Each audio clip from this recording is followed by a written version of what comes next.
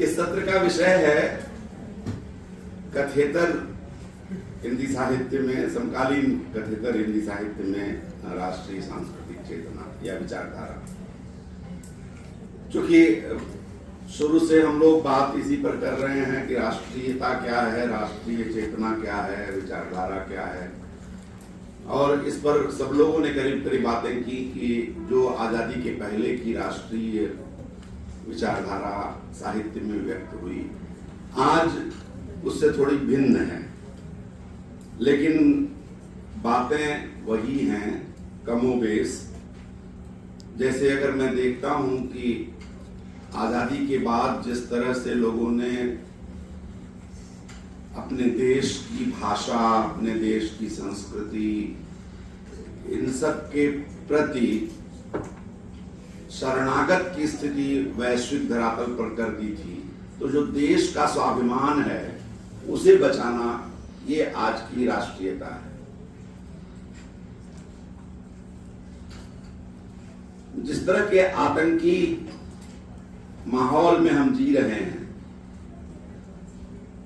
उन आतंकी ताकतों से देश की सुरक्षा कैसे हो, इस पर विचार करना ये राष्ट्रीयता है।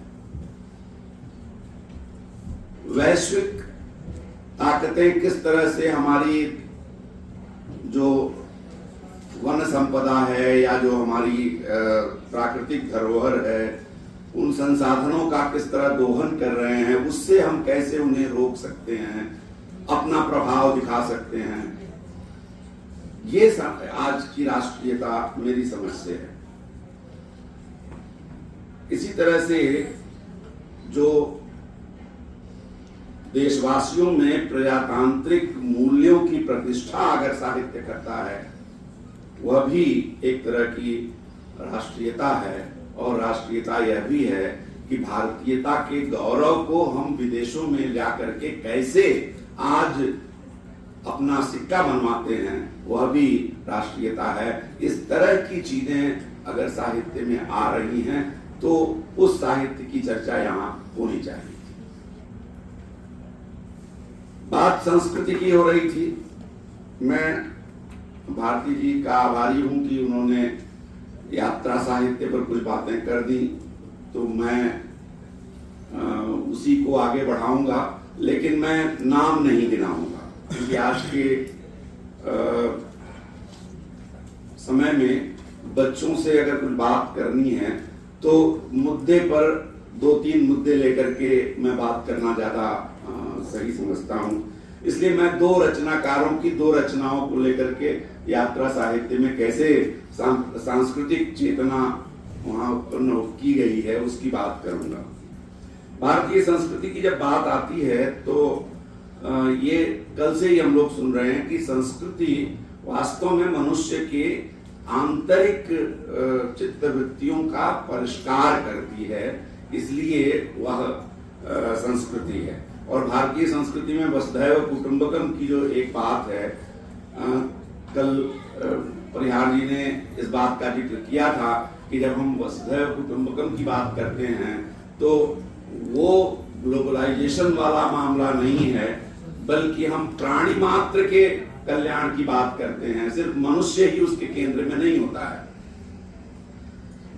उन्होंने बताया कि किस तरह से प्रकृति भी हमारे लिए वह उतनी ही प्राणवंत है, पशु पक्षी भी प्राणवंत हैं और उनके भी कल्याण की बात हम अपनी संस्कृति में करते हैं।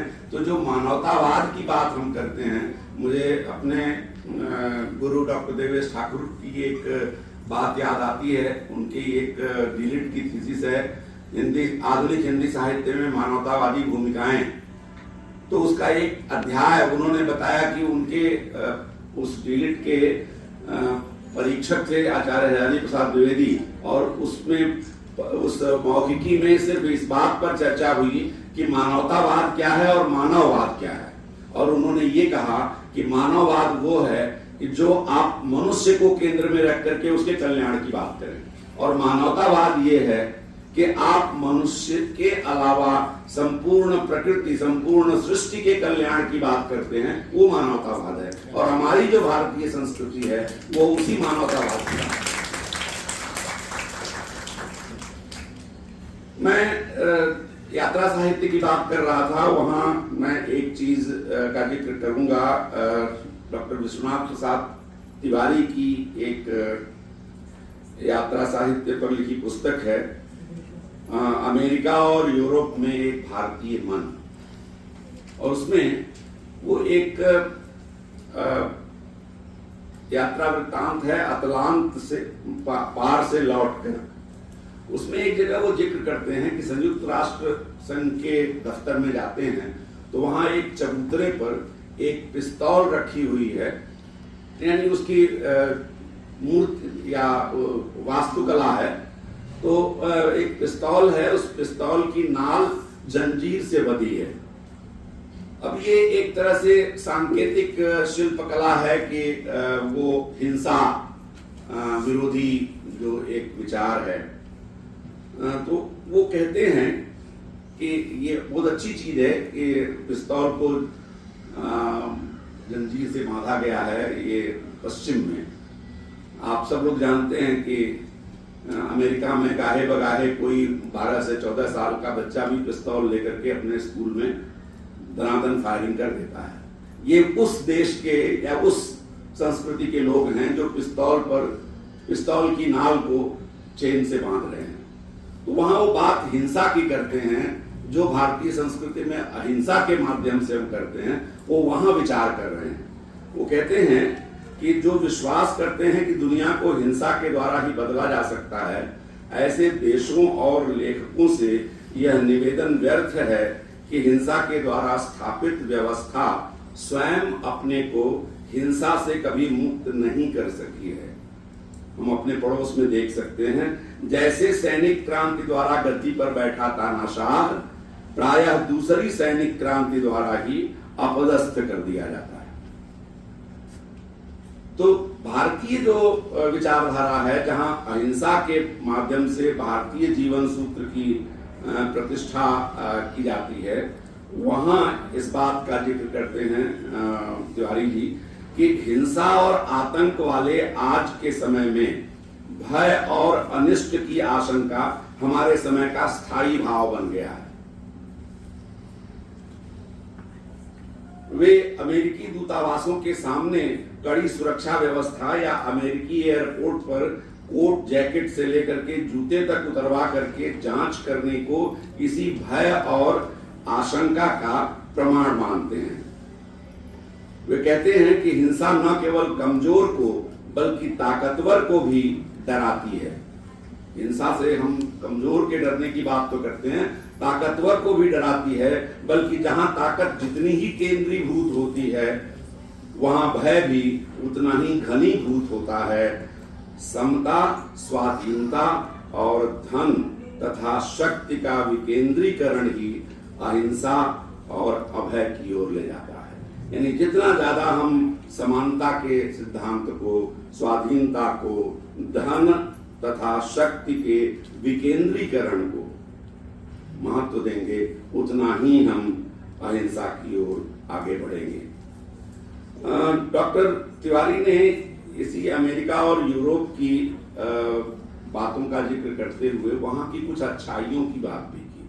ऐसा नहीं है कि यूरोप में सब कुछ बुरा बुरा ही है, वहां अच्छाइयों की बात करते हैं तो उनकी स्वच्छता की बात करते हैं, उनके यहाँ सुविधाओं की बात करते हैं, उनके यहाँ स्थापत्य कला की सुंदरता की बात करते हैं, वे जिस तरह से समय के पाबंद हैं उनकी बात करते हैं, अनुशासन प्रियता, विनम्रता, ये तमाम ऐसे गुण हैं जो पश्चिमी देशों में हमारे लिए अनुकरणीय हैं।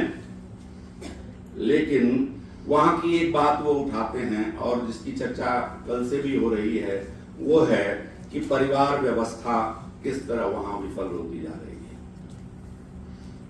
बच्चों के लिए माता पिता अपना समय नहीं दे पाते, इसीलिए बुढ़ापे में उन माता पिता के लिए उन बच्चों के पास भी समय नहीं होता है। स्वतंत्रता और समानता के प्रति अति आग्रह मानवता को ऐसी अंधी गली में पहुंचा देता है, इसकी कल्पना विचारकों और बुद्धिजीवियों ने, जिन्होंने स्वतंत्रता और समानता की बात की थी, उन्होंने भी नहीं सोचा था कि यह स्वतंत्रता और समानता इस जगह हमें ले जाकर के पहुंचाएगी कि हमारे पास कोई उत्तर नहीं होगा।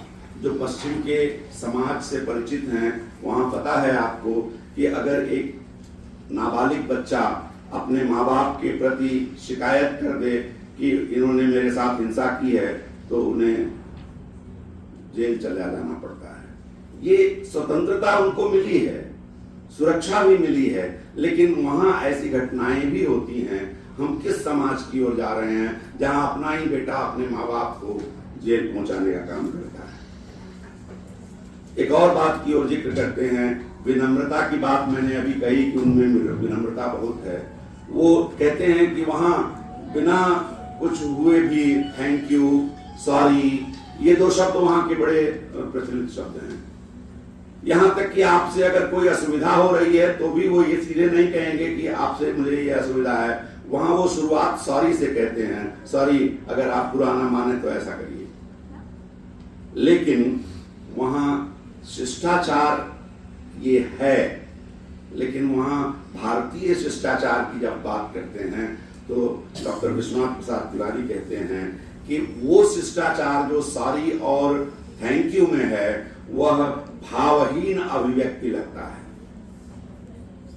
जबकि हमारे यहाँ यही चीज जब आती है तो भारत में शिष्टाचार या कृतज्ञता देह की भाषा से व्यक्त की जाती है, ध्वनियों की भाषा से नहीं।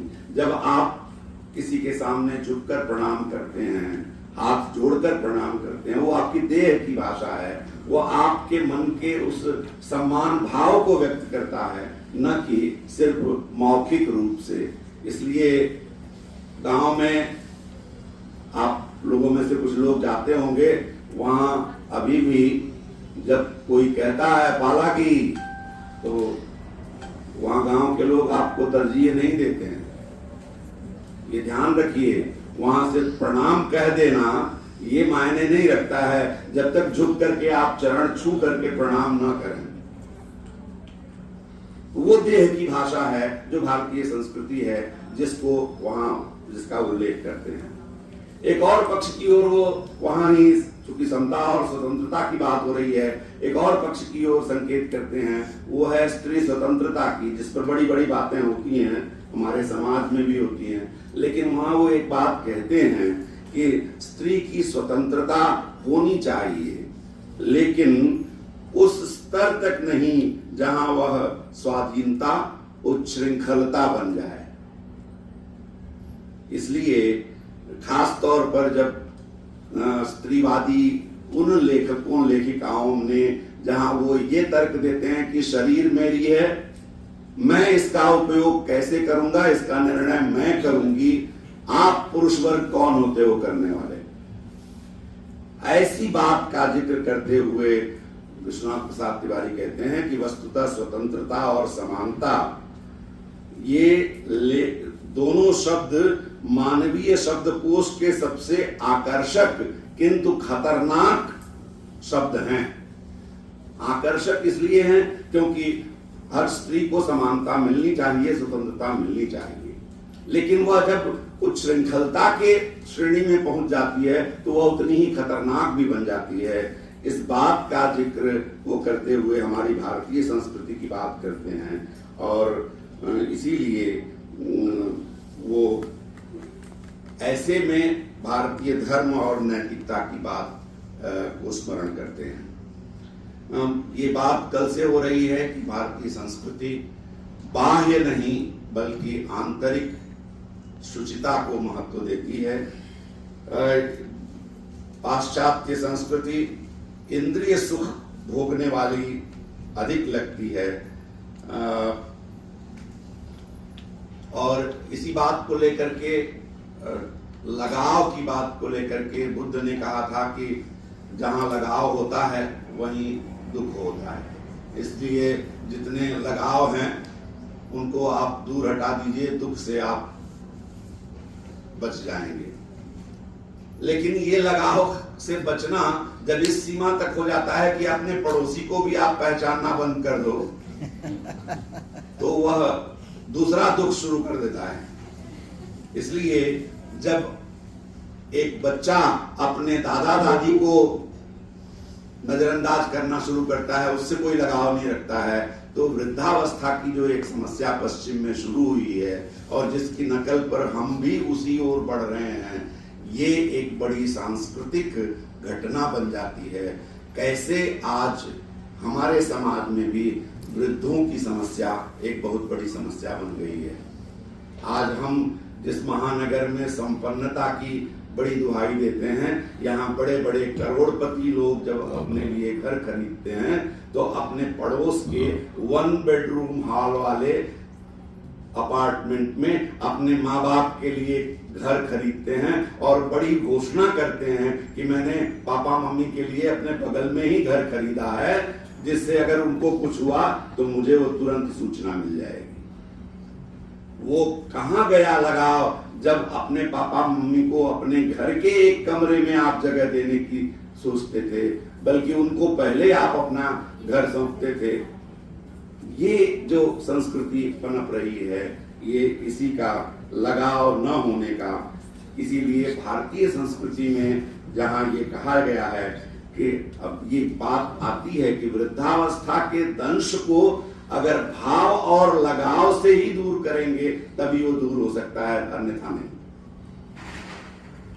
एक और ऐसे ही इसमें उन्होंने मांसाहार की और शाकाहार की बात की। मुझे याद आ रहा है कि 4-5 साल पहले इसी झुंझुनवाला कॉलेज के एक MA के विद्यार्थी ने मुझसे एक सवाल कबीर को पढ़ाते हुए किया, और वो सवाल ये था, मैंने कहा कि कबीर मांसाहार का, खास तौर पर जब वो बकरी पाती खाती है, ताको कौन हवाल की जब बात करते हैं, तो वो कहते हैं कि हिंसा नहीं करनी चाहिए। तो उसने कहा कि सर आपको पता है, शायद वो विज्ञान का विद्यार्थी था, आपको पता है कि जब विश्व भर में जितनी जनसंख्या है उसके लिए अगर हम शाकाहारी अनाज की व्यवस्था करें तो शायद सब लोग नहीं खा पाएंगे, भूखे रह जाएंगे। इसलिए जो वो सी फूड होता है वो जरूरी है होता है। विश्वनाथ प्रसाद तिवारी जी कहते हैं कि मांसाहार का संबंध किसी आवश्यकता या विवशता से अधिक आदत और स्वाद से है।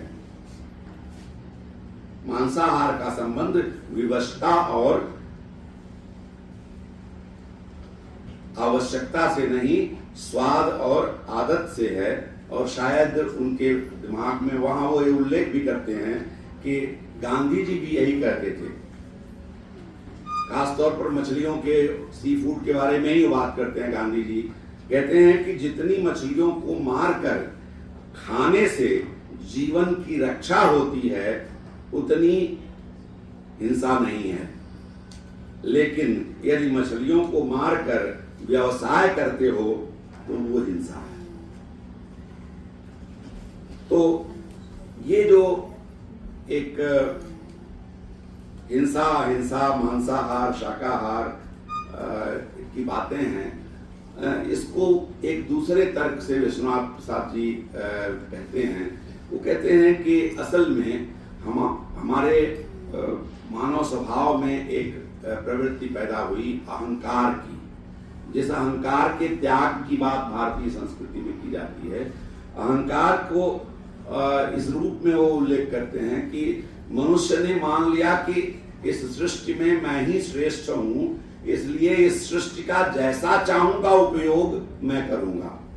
और ये प्रवृत्ति मनुष्य की बड़ी खतरनाक है, जहां वो अपने को इस सृष्टि का स्वामी मान लेता है, और यहीं पर मांसाहार आदि की बातें शुरू होती हैं। एक चीज दूसरे संदर्भ में मैं एक दूसरे रचनाकार का उल्लेख करूंगा, वो हैं रमेश पोखरियाल निशंक जी। उनके पिछले दिनों बहुत सारे यात्रा वृत्तांत छपे, जो लोग जानते हैं कि लगातार उन्होंने हर संडे को एक गोष्ठी कराई। तो उस दौरान कुछ किताबें मुझे भी पढ़ने का मौका मिला।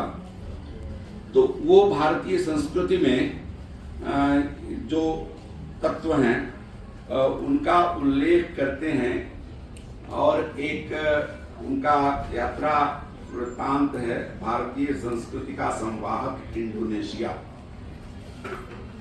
बच्चों को ये चीज ध्यान में रखनी चाहिए कि इंडोनेशिया एक ऐसा देश है जहां करीब करीब 90% लोग मुस्लिम धर्म को मानते हैं, लेकिन वहां रामायण का मंचन नियमित रूप से होता है।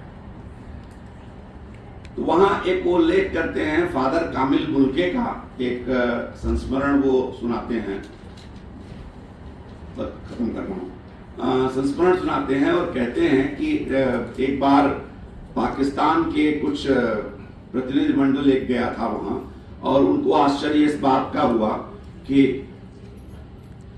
इंडोनेशिया जो मुस्लिम बहुल देश है वहां पर रामायण कैसे मंचित हो रहा है। तो उन्होंने वहां के राष्ट्रपति से पूछा, राष्ट्रपति सुकर्णो थे तब, तो उन्होंने कहा कि इस्लाम हमारा धर्म है और रामायण हमारी संस्कृति है।